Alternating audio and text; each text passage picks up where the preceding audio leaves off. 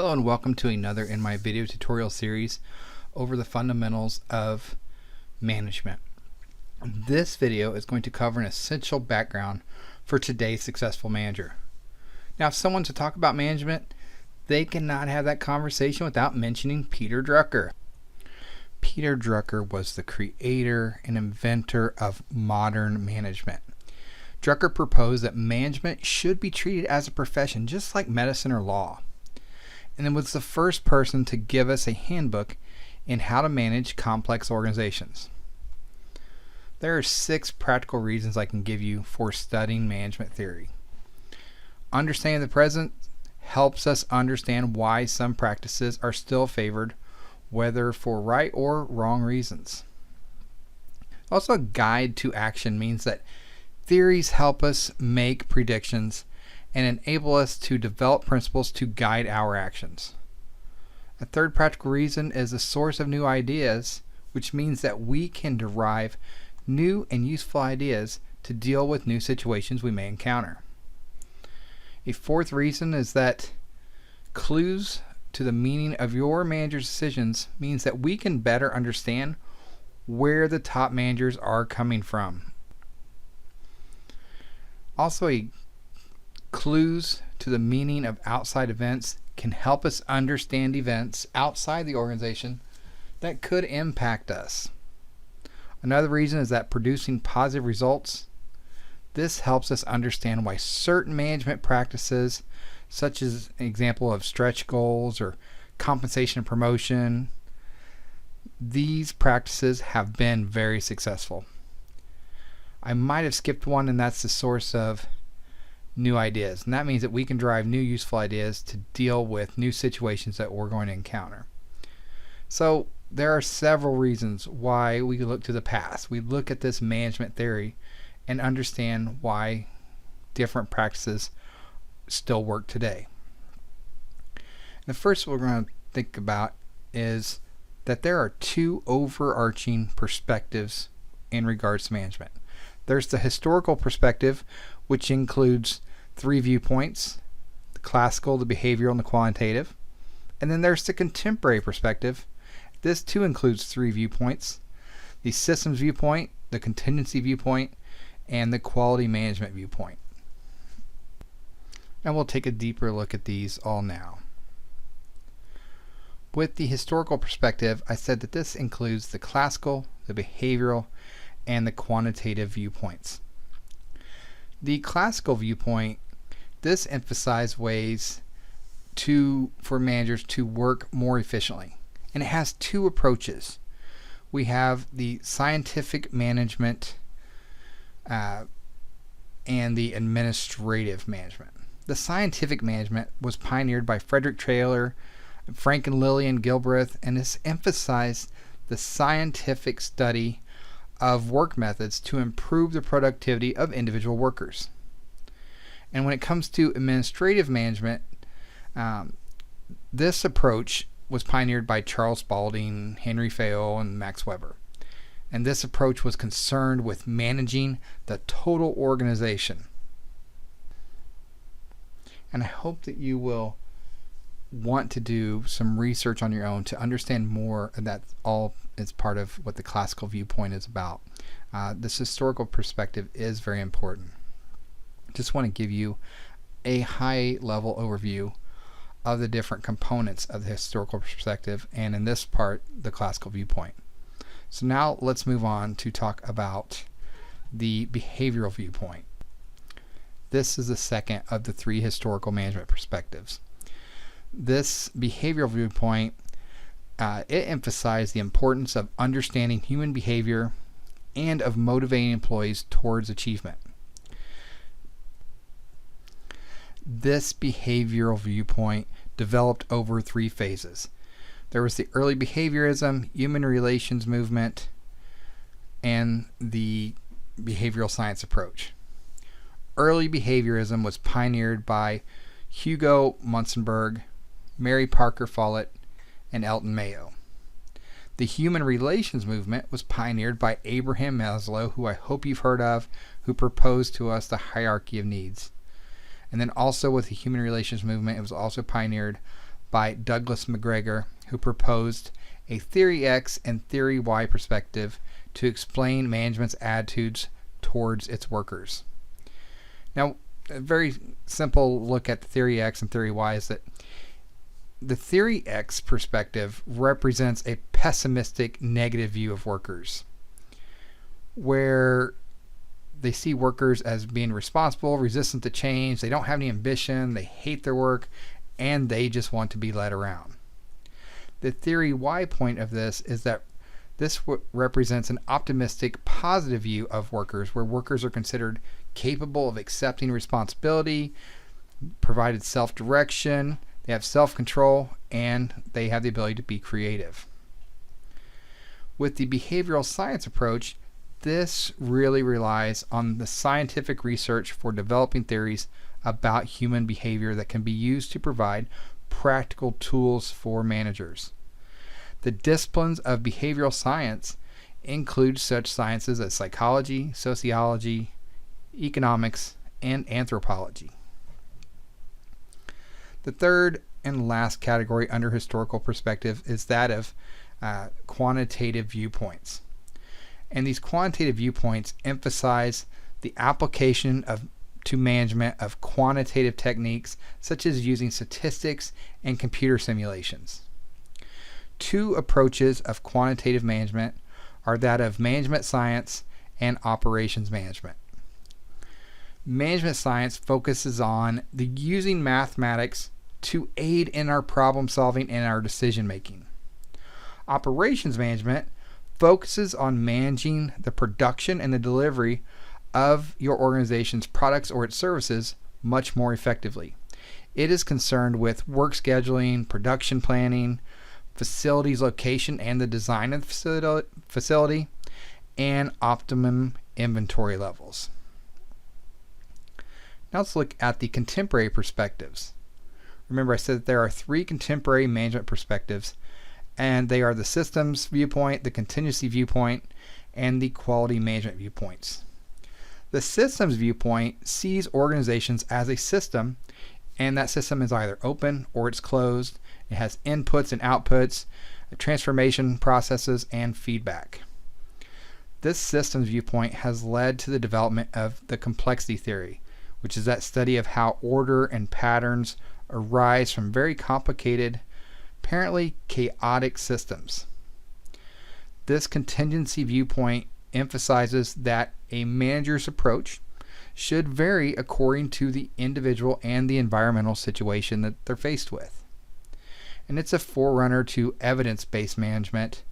And then we also look at the quality management viewpoint. This quality viewpoint has two traditional approaches. Quality control, which is the strategy for minimizing errors by managing each stage of your production, and quality assurance. And quality assurance focuses on the performance of workers, urging employees to strive for zero defects. Now, a third quality approach is the movement of total quality management, or TQM. TQM is just an approach, a very comprehensive approach dedicated to continuous quality improvement, continuous training, and customer satisfaction.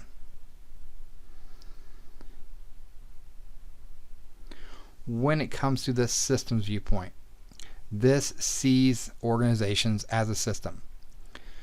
A system is a set of interrelated parts that operate together to achieve some common purpose.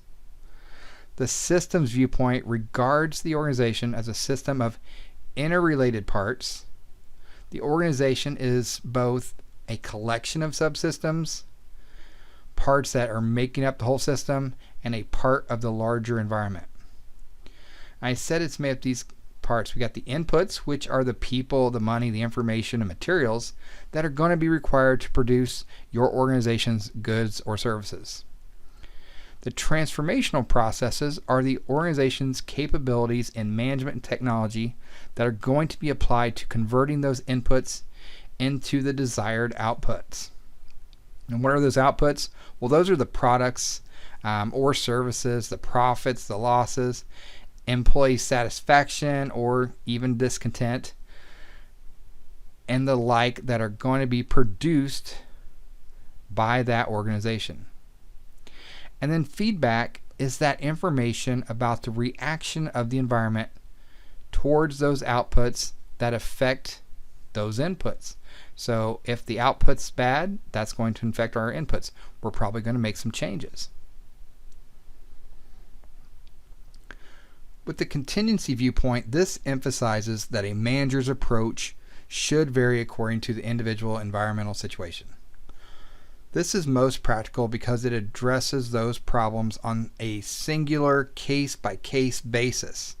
I mentioned earlier that it's a forerunner to evidence-based management, which is translating principles based on your best evidence into an organizational practice and bringing rationalization to the decision-making process.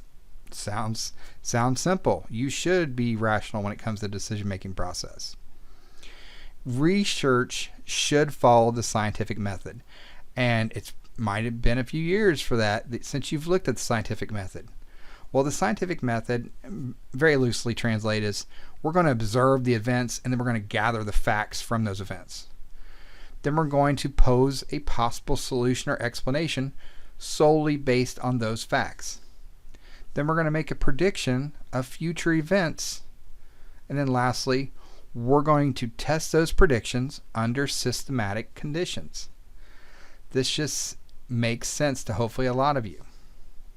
And I bet in some cases you can see where this has been applied in your organizations. And then I mentioned quality management viewpoint. As I said, this has the two traditional approaches. And then it's got a third approach. With the two traditional approaches, these are going to be quality control and quality assurance. Quality control is a strategy for minimizing errors by managing each stage of production. That's how we control the quality. And then quality assurance is going to focus on the performance of its workers, urging your employees to strive for zero defects in their production. Now, a third quality approach is the movement of TQM, or Total Quality Management. This is a very comprehensive approach that's dedicated to continuously looking at quality improvement, continuous training, and always making sure that you're looking at customer satisfaction.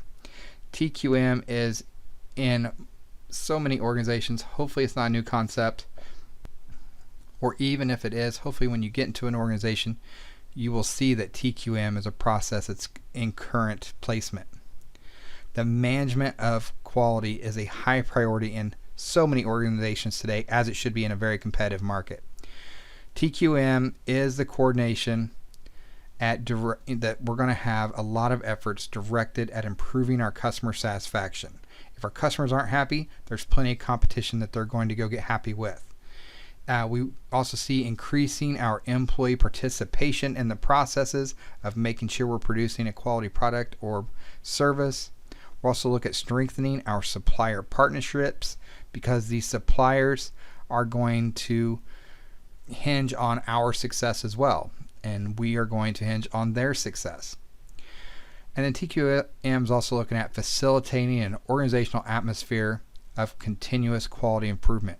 Just because we're doing well now doesn't mean we're going to do well later. So we're going to look at different ways to make sure we keep improving. Now, in an era where change is constantly occurring, organizations, like people, must continually learn new things or face obsolescence. A learning organization actively creates, acquires, and transfers knowledge within themselves, and they're able to modify their behavior to reflect new knowledge. There are 3 ways that you, as a manager and a future manager, can help build a learning organization. Managers can build a commitment to learning by publicly promoting learning and giving permission to make and learn from mistakes. Managers can also work to generate ideas with impact by increasing competence through continuous training, experimenting with new ideas, and engaging in other leadership type of activities. People follow leaders, and they can be inspired by leaders. So an effective manager is also going to be an effective leader. And managers can work to generalize ideas with impact by reducing the barriers to learning, such as rewarding risk-taking, reducing the fear of failure, and increasing overall cooperation. As a manager in a learning organization, we're constantly going to scan our external environments for new knowledge and try to actively infuse our organizations with these new ideas and this new information. We're also going to actively work at transferring knowledge throughout the organization, reducing those barriers to sharing information and ideas with others in the organization. And we're going to encourage our employees to use the new knowledge to change their behavior and help achieve the organization's goals, because that's what we want in our employees. We want every employee from top down to be working together to achieve our organizational goals. That is all for this high-level introduction to management theory and how understanding the theories that are built upon this overall concept of management. Well, no matter how old they are, there are rights and wrongs of why some of these practices are still in works today.